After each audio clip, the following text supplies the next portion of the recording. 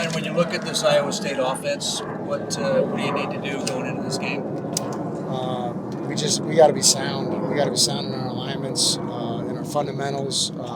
Pick and choose our times when to be aggressive and when not to be aggressive, and just play great situational football. How does this Iowa State team maybe compare to some other teams you face schematically that helps you guys prepare for this week? Well, I mean, there's a reason why they're in the championship game and why they've weathered the storm, of the season. And they've had some injuries and they've been able to stay consistent throughout. And it's a testament to the culture there. I believe it's Campbell's eighth or ninth year there, and the depth that they have and how they develop their players. So they're just very, very consistent in everything they do. They have a plan. It's a very it's an offense that is very a system-oriented offense, and they do what they do, but they do it in different ways. That's meant to confuse the defense in the eyes of individual players. They attack the edges really, really well with different types of schemes and blocks, and they just do a great job. They have a plan for every defense that they see, and you can see, like, if it's a quarters defense or a single high defense or a pressure or a 3-4 or a 4 down, like they have specific ways of attacking those defenses. So we got to be prepared. It's going to come down to us executing as well or better than them on Saturday. What are your thoughts on the quarterback? He just makes plays, has a lot of moxie. He is maybe not what everybody else is looking for, but the guy's a winner in terms of how his recruiting went. Coming out of high school, but the dude was a winner in high school. The guy's a winner at Iowa State. He's super productive. He knows where to put the football. He trusts in his receivers. He throws guys open. He anticipates guys in their routes and where they're going to be open. He sees coverage really well. So we're going to have our hands full. He's just very, very efficient, and he's not unlike in terms of efficiency wise some of the quarterbacks that we faced last year when the Pac-12 was so loaded with those effective quarterbacks. So yeah, we're gonna have to keep him contained. He can hurt you with his runs. He's a scramble to run guy, and some of his most explosive runs this year have been just stepping up in the pocket and taking off. So. I think he's a pretty special player. What excites you about this recruiting class on the defensive side that you signed today? Yeah, just the fact that we had a full year and a half, actually 2 years, almost full 2 years to evaluate these guys, see them grow from their sophomore film and their junior film, and see where they've grown to today, and being excited about that class. And this class is the class that we actually had to beat other people recruiting, that a lot of other good coaches in our conference and other Power 4 conferences saw the same thing in some of these players that we saw. So there's very few guys that we didn't have to beat other schools on, in terms of Arizona State showing what we can do for them developmentally, academically, education, athletically, for quality of life and all those things, and had to compare it versus other schools. We had to really work to get this class, and anytime you got to do that, it's a byproduct of you're going after some pretty special players. So really excited about this class, and excited for those guys to get to work. A lot of the talk this week has been about Jordan's injury on the offensive side. But on the defensive side, you guys are almost fully healthy. How fortunate it is to have kind of your full squad going to a Big 12 championship game? Yeah, we got guys that that they're feeling the weight of a 12-game season too, but they don't have anything that's kept them out. But we have some guys that maybe aren't completely full speed. So one of the things the testament that we have to the depth of our defense is we're able to get guys on the field and give them more reps. And some of those guys that are a little banged up, less reps, and so we can make sure that they're 100% when they're getting snaps on the field. So that's just a testament to the recruiting and building this program the way that the way our head coach had envisioned, and the way that we're working towards that every day. When it comes to recruiting, there's always challenges with recruiting, but do you feel that as the year went on, as you had more success, maybe some of those challenges were reduced to some extent? When you're going after good players, it doesn't get easier. It never does, because there's other good programs out there, and we're well aware of that, and that are always going to be going after these guys. And some by the letter of the law, and others in the gray areas. And we just if we ever get comfortable in recruiting, then that's when we get behind.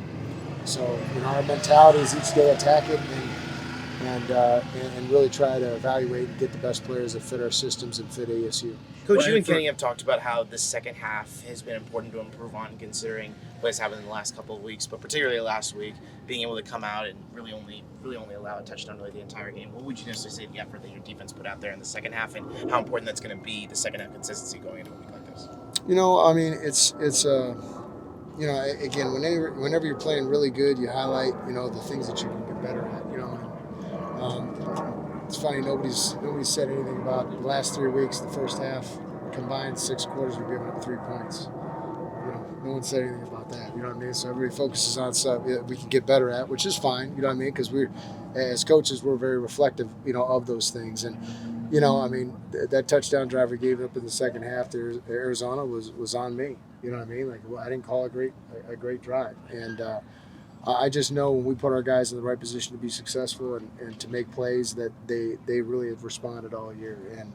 And this is no different this week. And, we don't go out to, hey, we're going to try new things in the second half. And usually we just try to work the same plan that we tried in the first half. And when you're ahead, you don't make the adjustments because your calls are working.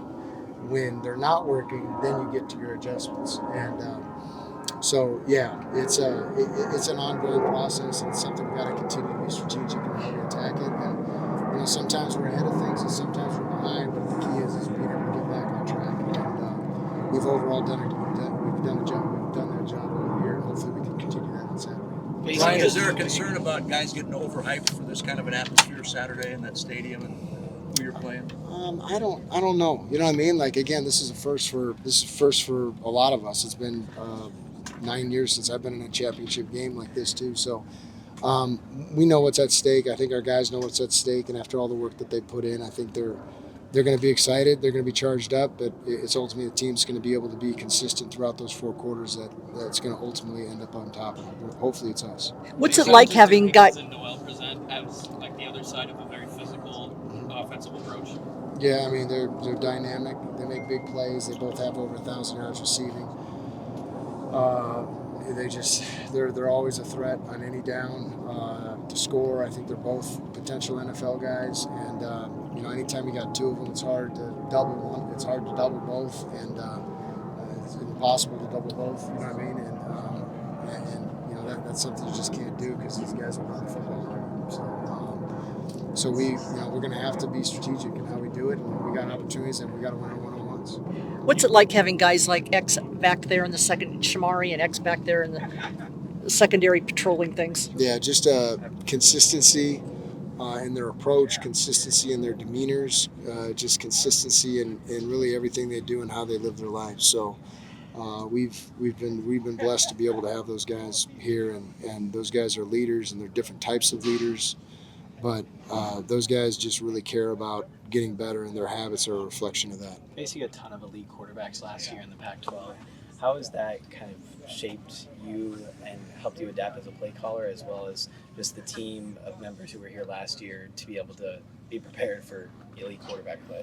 Yeah, it's something that, it's you just never want one phase to beat you.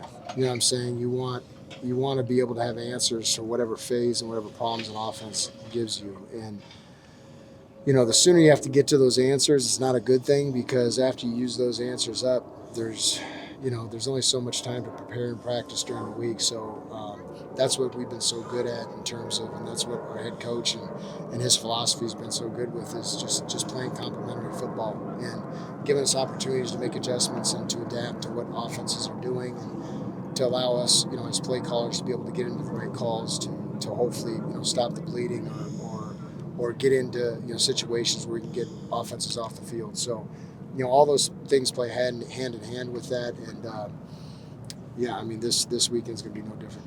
You talked about how it's always a process in terms of getting better, but do you feel like this defense is kind of peaking heading into this championship game? Man, that's a great question. I mean, the way I look at it, and I mean, there's always things we can get better at.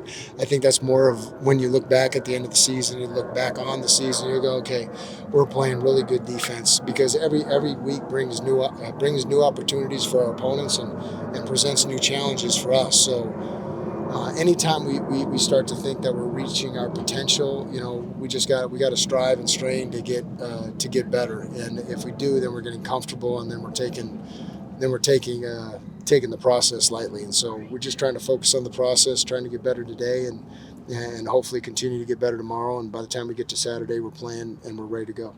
Coach, you guys have forced a turnover in the last 7 games. How important has it been for you guys to win the turnover margin over the course of the season? It's everything. It's everything. When we win the turnover margin, we usually win a game. And you look at the statistics just nationally and throughout the course of football history, it's something we make a huge emphasis on, and our guys have been able to capitalize on it this year.